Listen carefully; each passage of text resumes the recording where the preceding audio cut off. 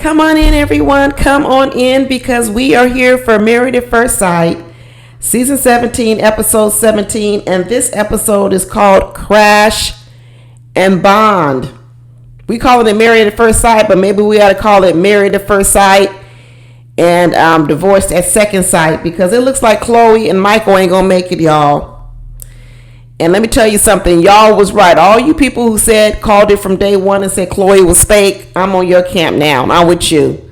I was all bright-eyed and bushy-tailed and excited about these two. At first, I thought they weren't going to make it. When we first saw them, I said no. But then all of a sudden, I was like, oh, I got excited about them possibly making it when I saw them on screen. And everybody kept saying, nah, she's faking it. She's faking it. And I didn't want to believe it. But I believe it. She's faking it. Because let me tell you something. She is still on Michael this episode. Talking about she don't like him. She ain't attracted to him because he wears a skirt. I don't know, girlfriend, Chloe. I think I might have to put it in the area of a kilt. Like Russell Crowe kind of kilt, right? Because I don't know. Michael ain't giving me no feminine vibes. He's coming through, y'all. Michael is coming through. So all this not even wanting to give him a chance and everything. Talking about she's not attracted to him. She doing this HR thing. She lying in his face, but then she coming on camera talking bad about him. Talking about she ain't attracted. She on the after party this episode too. I'm not going to do no separate video on the after party. But she's over there giving her HR answers again. She going to make me not like her. She better be careful. You know, y'all know how I cannot like a person. She going to make me not like her because she seemed like she's being deceiving. Why don't she just talk to him and tell him what's turning her off so maybe he can have a chance? Why not just speak the truth and say, hey, you know what? Right now, I'm not with you wearing these dresses or kilts or whatever else. Just don't be sitting there lying to him saying you like it, but you don't. That's the part that's kind of killing me about it. But I don't know. All these marriages are in the toilet. We talk about crash and bond. Yeah, maybe Emily and Brennan did crash and bond, but they still crashing and burning like everybody else. And you know what? You know why they bonded? Let me tell you why they bonded. They bonded because Emily ain't been drinking because she can't drink while she on their meds. Let's be honest. The first time Brennan has ever started liking Emily is when she has had to stop drinking and had to become sober. There you have it. I hope Emily puts the pieces together. I hope she puts the pieces together. Wow, Brennan really likes me. And this is probably the longest I've gone without having a glass of wine. There you go. There you go. Emily, you want your husband to be attracted to you? Stop all that drinking that you've been doing. Because he seems to like you now with a stitch across your face, blood coming down. That was a horrific picture. A horrific scene at them in the hospital. I did not know Emily was that bad. Pray to God that she didn't have any other serious injuries. She didn't lose an eye. She didn't have anything more serious. I think Brennan said she's going to have plastic surgery on her scar. It was large. It was a large scar. But you know what? I'm glad Emily's alive. I'm glad Emily didn't die. But you know what? I'm happy did die? That bad weave of Emily. Did you see it? Smashed on the back of her head. Girl, you're on national TV. You should have spent a little bit more money on that wig. I know my hair will be looking crazy, but I'm just on YouTube with only 5,000 subscribers. You are on national TV with 1 million subscribers, and that weave, that wig, whatever she got, extensions, I don't know what it's called, is horrible. We've seen that Shea pet too many times. I hope that thing is dead and buried out there in the fields where she had that crap accident. So I'm happy Emily's alive. I'm happy Emily's doing great. But I'm glad that weave died in that accident. Let's say a prayer for it because we don't need it to rise up from the dead. Please, Emily, don't bring it back. Don't bring it back. And then the worst of all, which I said early in this season, I kept saying, you know what? I think the worst person of all is going to end up being Austin. And here we are. Here we are. The worst husband of them all, I'm going to say, is Austin. I know a lot of people are going to want to say it's Orion, but I'm going to say it's Austin. Like I told you, I don't like real deceivers. Austin, he needs to admit what he's really into. He really needs to. He's over here talking about he'll tongue kiss a donkey, but he don't want to sleep with Becca. Last time we was doing peggers. Now we're admitting that we'll tongue kiss a donkey, but we don't want to tongue kiss the cootie cat of his own wife. He needs more time. He's over here gaslighting her, saying, oh, this was the night I was going to make love to you, or, you know, we was going to do a wild thing, but then you got sick. All these other nights where I haven't been sick, you didn't want to do it. But you're telling me on this night, Austin, the night I got sick, oh, this was going to be the night and you got sick, so I guess we can't do it. Austin's interested in men. Let's just say it. He's interested in men because let me tell you a couple of things. One is that first time he moved from that room to that bedroom, the reason why he moved to that other bedroom is because he said he was fangirling over the Broncos football players because this was his rental house. So this was the rental house of a Broncos football player. And obviously what Austin said he wanted to do was he wanted to sleep in the master bedroom, the bed that the football player slept in. What man wants to do that? What man is so excited about sleeping in the bed of some other man? So you could be, what, these are his sheets? Let me rub up on his sheets. Oh my gosh. That's probably why Becca didn't want to go. When he said, hey, I'm going to go over here and sleep in the bed of the NBA football player because this is what I want to do. I want to roll around in his sheets and pretend like he's here with me. And he probably told Becca, hey, if you want to come, you can come. And Becca was like, I'm not participating in that shit. That's probably what Becca said. I'm just like, I wouldn't have gone either, Becca. Before I was like, what's going on? But I wouldn't have gone either, Becca. Had I known my man was fangirling over an NFL player because he wants to sleep in his bed and roll around in his sheets, I would have done like Becca. I'm not going over there with you. You can forget about it. And anytime Brennan walks into the room, Austin lights up. He lights up for Michael. He lights up for Austin. Austin got more enthusiasm for Brennan and Michael than he does for Becca. I'm telling you right now, and there's a couple of scenes where he's going like this and he's doing a whole lot of mannerisms. You know what? Michael may wear a skirt. Michael may wear some pearls, some earrings, or something else. But I'm going to tell you right now, Austin is the real undercover one. And Michael knows it. Because Michael has baited him a couple of times and said, hey, you know what? You might look good in it. And Austin be like, oh, I would. And did you guys see the part when they were doing the little yoga and Brennan says to Austin, oh, Austin, you look cute. And Austin said, oh, I do. I look cute. Austin, he's the worst ever. He's the biggest deceiver. He's over here gaslighting Becca the whole time, making her think that she has a chance. And he's just not interested in her. No wonder his parents were so enthusiastic about him getting married. No wonder his best friend was sitting over there wondering, yeah, I'm wondering too how he is romantically, because they all secretly believe that Austin is really not into women all that much. They all secretly believe it. And I believe Austin came on here to maybe try to prove to people that he really could get married. But now he's just grossed out by even doing anything with Becca at all. He's on the after party still making excuses. And the truth of the matter is, Austin don't want to be with no woman. Unless he wants to be with a woman and a man at the same time. Let's be real. You kissing donkeys. You want to be pegged. You lighting up when other men walk in the room. When Brennan and Emily came home, he rushed to give Brennan a hug before he even gave Emily a hug. I'm so done with Austin. He's the worst of all. He is the worst of all. Ryan's a liar too. He's still lying and Lauren is still crying. Done with them. Done. Ryan wouldn't get no tears from me. Why is Lauren still crying? It's irritating at this point. It's as irritating as Orion is. Orion's lying, talking about I really want to get to know you, but then when the scenes are gone, just like Lauren says, he doesn't call, he doesn't talk to her, he doesn't do anything. He's all here for the camera time. That's irritating. But it's just as irritating that Lauren, in all her knowingness, right? All her knowingness. You know, Lauren sounds so intelligent when she speaks. She sounds so emotionally mature. She sounds so emotionally intelligent. And she's all this knowing. And then she says, yeah, but my heart and my head still struggle. How? You just ran down all these facts, Lauren, about Orion. And then you said your heart and your head are still at odds. You still care about him. How?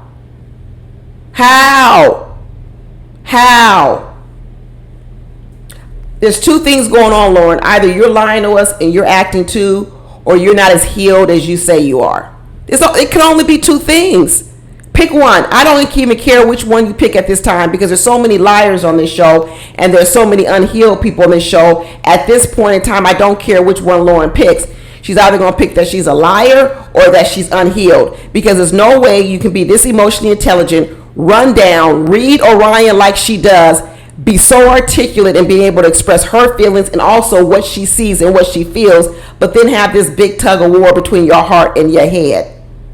She act like she been with this man for 5 years and now she can't figure out, does she want to leave him or not. She only known him for like a couple of weeks, and for what she tells us, even during that time, they didn't even talk that much. Orion said we was only married for 10 days. 10 days? Good Lord. This episode, this season is a complete disaster. And Orion, all his lying, all his speeches for his Academy Award, telling Lauren, oh, you know, I just want to get on common ground and I just want to have peace in the Middle East and peace with you. And Lauren is looking at him like, this is some bull crap. This is some bull crap. But then she starts crying. Lauren. Go get therapy, girl. I mean, Lauren says it right. She says she can't even see no value in being friends with Orion. She says she don't see nothing in it. I hear you. Lauren says all the right things.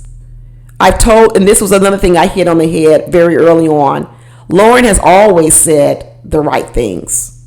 That's why it's called it fake wokeness. She always has said the right things, but her actions don't line up with what she says. That has been the conflict I've had with Lauren all season. Fake wokeness. Those were my earlier videos. I talked about she talks too much.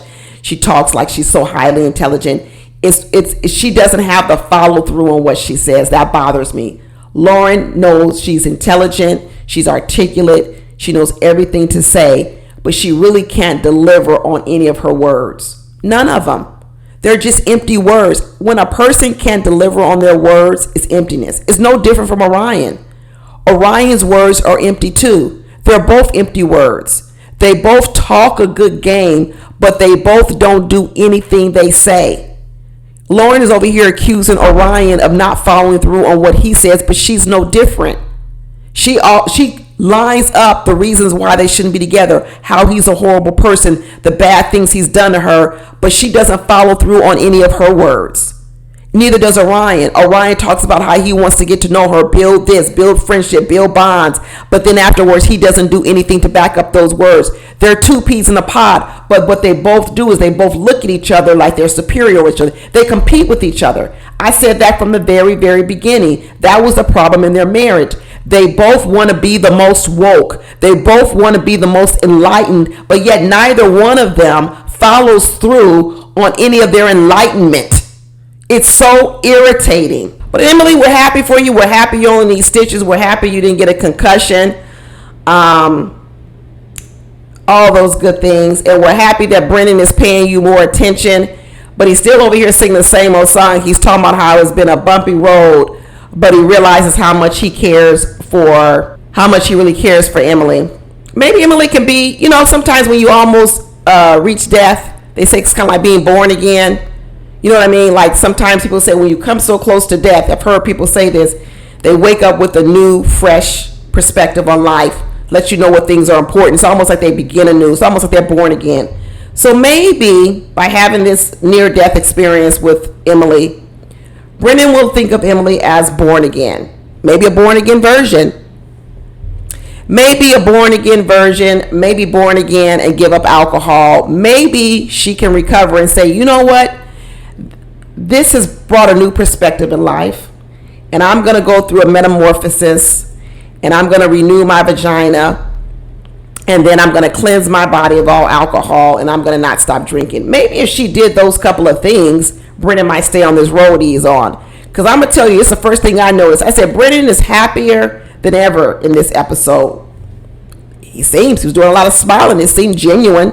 And I said, wow, what's so different? Because she almost died? No. I said, you know why it is? Because for once, Emily is sober. No makeup, clean face, flaws showing, and no alcohol. That's what Brennan wanted. He wanted a woman, all American, no makeup, no big fuss, no drinking, no alcohol. A woman that was so he could be a captain, save a girl. Captain, save a girl. And here's Emily in all her vulnerableness. She's not back talking because, like I said, we know Emily can back talk. Let's be real about that now. Let's stop thinking anymore that it's all Brennan behind closed doors doing this. Nope, Emily was doing it too. We know it because we saw what she did with Keisha not Pulliam. We saw that nasty attitude. And what this accident did was it neutralized all the bad things Brennan didn't like about Emily. It neutralized her from drinking. She couldn't drink for these last couple of days. We neutralized her mouth, right? Because she's sick, she's tired, she's hurt. So now she's not mouthy behind closed doors. She's being grateful. Like he said, she's got a bubbly attitude and a wonderful personality. She's been stripped of all the makeup, all that fake weave. He didn't like that. He didn't like that fake weave. He didn't like none of it. This is the girl Brendan wanted. This girl right here, vulnerable, sweet, kind, all American. This is what he wanted. That other girl, that college party, getting drunk, throwing up, where your girlfriend's got to hold your hair, back talking, mouthy, fake weave, fake hair, all that makeup. Brendan didn't like that. This is who he likes. So maybe Emily will pick up on it. And if she wants to save her marriage, she better become more of this than what she used to be. But maybe it's too much to become that. Maybe she can't. Maybe she really, really can't. And Chloe and Michael, Michael was running up there doing the ninja. He was climbing walls, swinging from rings and everything. Lucky him, that wasn't no black man swinging like that, because they were calling him Monkey Michael. Woo! Don't let that have been a black man, or don't let them have been saying that about old girl Lauren.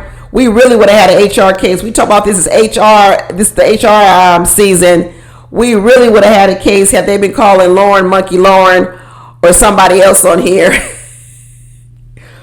Woo! That would have been a mess, y'all. But let me tell you, he was swinging from there like a monkey, though.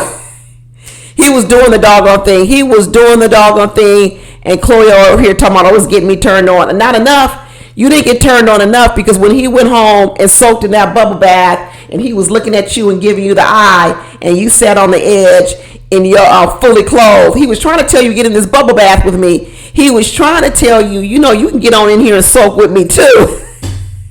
She wasn't picking up on it. He was like, you see these bubbles around here. He was crunching up his hair. He was tilting his head to the side saying, you know what, this is what us older people got to do. We got to soak our bones. He was trying to invite you to get on in there in that bubble bath with him, but she wasn't doing it. But then she came on the after party, y'all, later on, talking about she come to bed naked with no clothes on. Michael said that they walk around with no clothes on. So, I don't know what Chloe's doing. I think Chloe got more issues than Michael. I think Chloe has more issues than Michael. And, Chloe don't really want any kids. A big part of an incentive to get married are people who really want kids and who want, they want that mate to have kids. Chloe just wants to adopt. She can just adopt on her own. She probably won't even get married. If this marriage don't work with Chloe ain't gonna get married.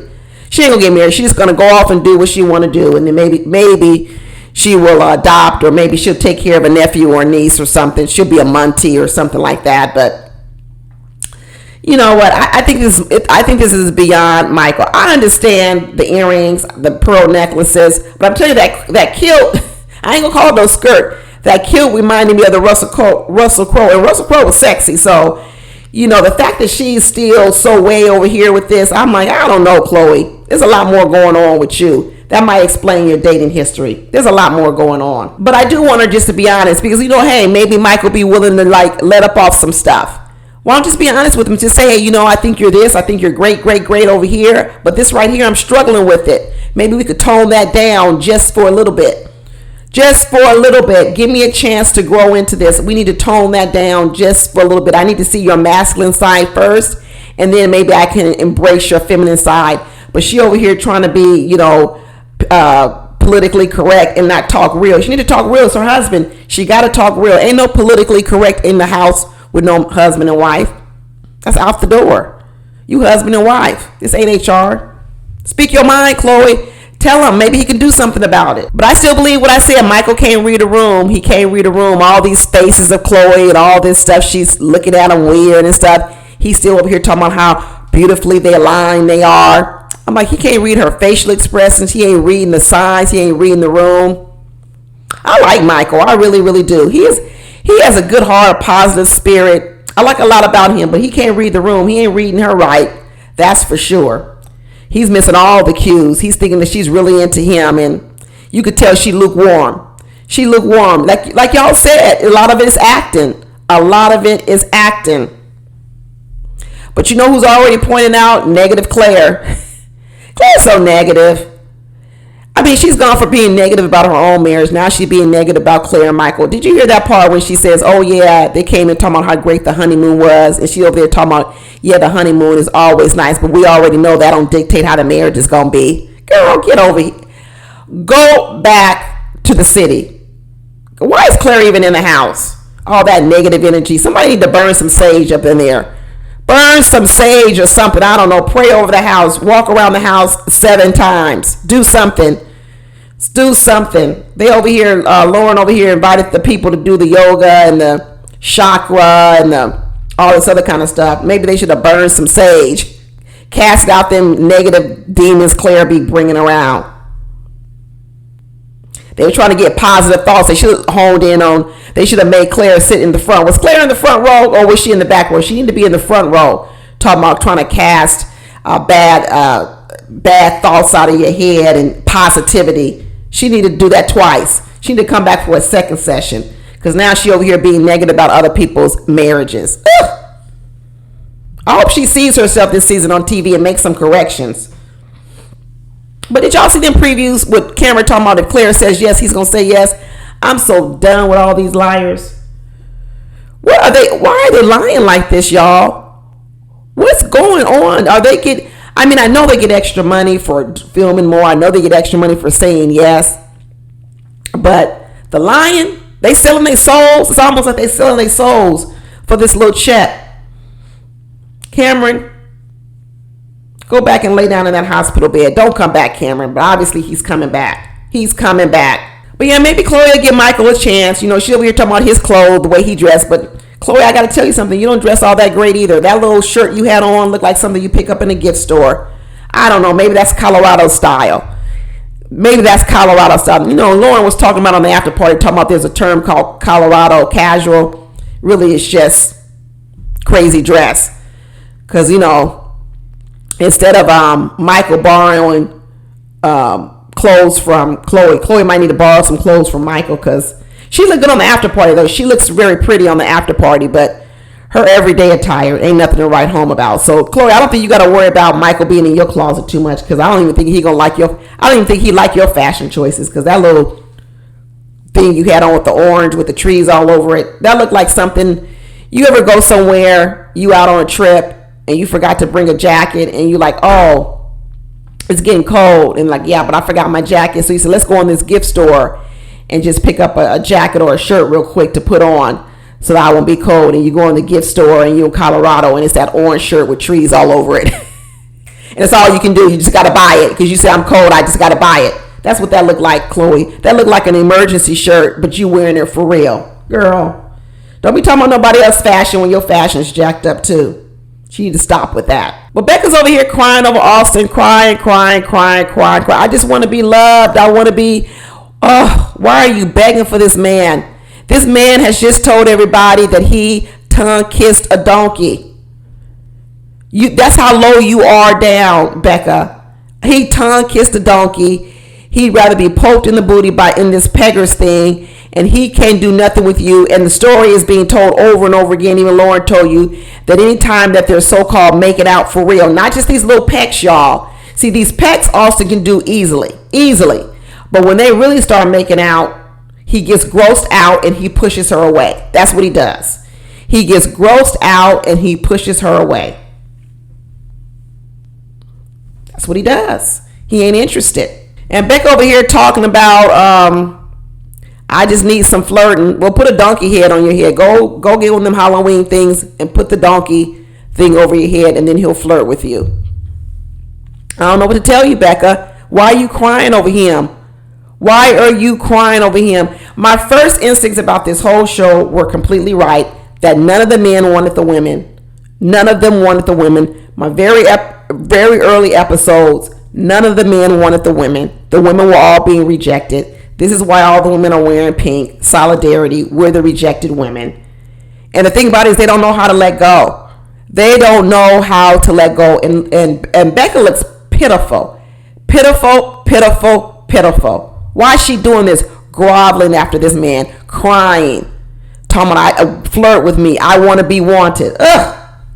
It's so horrible to look at. And Austin over here gaslighting her, talking about, oh, I was so looking forward to this night, and then you had to get sick, Becca. That's why we can't do it. What? You are never going to do it. And then later on, the next time when she brings up the subject and she says, oh, well, they're talking about it. He goes, oh, this was another time I was going to do it. But now that you brought it up, you've turned me off again. Boy, now he's blaming her. Before he was all about, well, he's not ready. But now he's gone from he's not ready to saying it's Becca's fault. Becca got sick. Becca was throwing up. Now when Becca brings up the conversation, it makes me not want to do it either. You don't want to do it, period. All this lying and gaslighting. Ugh. He's the worst ever. But anyway, that's it, y'all. I'm going to start watching Love is Blind. Are y'all watching Love is Blind? I haven't watched it yet. I know they dropped the episodes yesterday. I got to renew my Netflix subscription because I canceled my Netflix subscription, but I might renew it just to get through these Love is Blind. So if you guys are watching Love is Blind, come back. I'm going to start doing some reviews on Love is Blind. I'll probably maybe have to do like reviews every 2 episodes because I can't binge watch it. I know some of y'all already don't watch all episodes. I'm behind. I'm probably going to have to watch it 2 hours at a time. I'm not going to be able to do 2 and 3 episodes. It depends. But if you do watch Love is Blind, come on back and talk to me about it. Y'all know I need some company. Anyway, that's it. Talk to y'all later. Bye.